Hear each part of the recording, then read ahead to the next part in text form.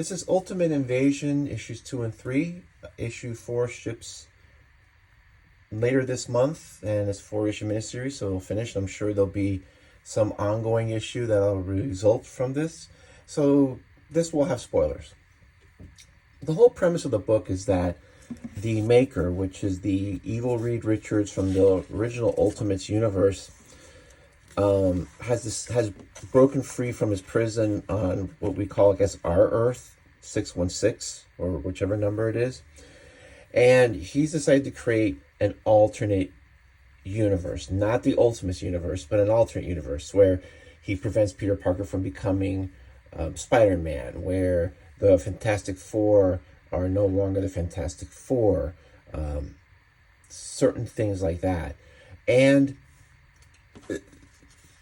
as much as I really wanted to really dig this, and it's not bad, but as much as I really wanted to dig this just reminded me of one of the main, I guess, issues I have with Jonathan Hickman as a writer. He's not a bad writer, but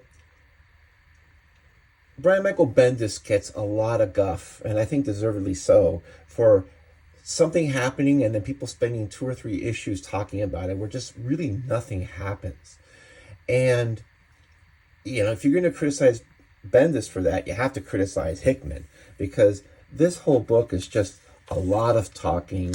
Just, I know it's set up, a lot of exposition. He does this Grant Morrison thing, or maybe Grant Morrison does the Jonathan Hickman thing. I think it's the other way around, though. I think he's doing a Grant Morrison thing where things happen and they don't explain them, and then later on they kind of explain them, sort of, kind of. And it's just a lot of talking and a lot of exposition and a lot of just nothing happening. And I understand that superhero comics can't be all fighting. You have to have conversation. You have to have, you have story beats, all that. But at the same time, something's got to happen. It's like having an action movie and no action.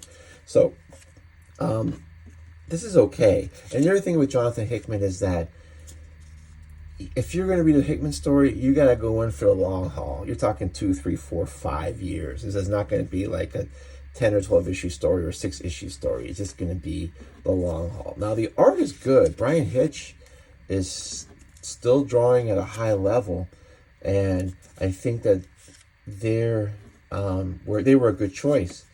Also for nostalgia, but just visually, you can still bring it. But it's just a lot of talking and nothing going on. And I know that, and they gave this extra pages, but I think giving extra pages to Jonathan Hickman is like giving someone that likes to drink a lot of alcohol more alcohol.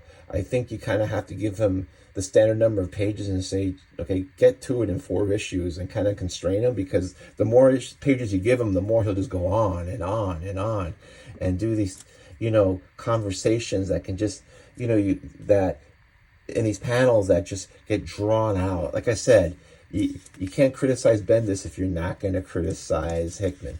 And I know that, and Hickman is probably Marvel's best superhero writers and one of the better superhero writers available. And I know that people love his X-Men. I just think that they love his X-Men because it's probably good, but it's not great. It's just that most X-Men comics in the past, I don't know, ever since Morrison's left, have been pretty terrible. So I think someone doing good looks exceptional.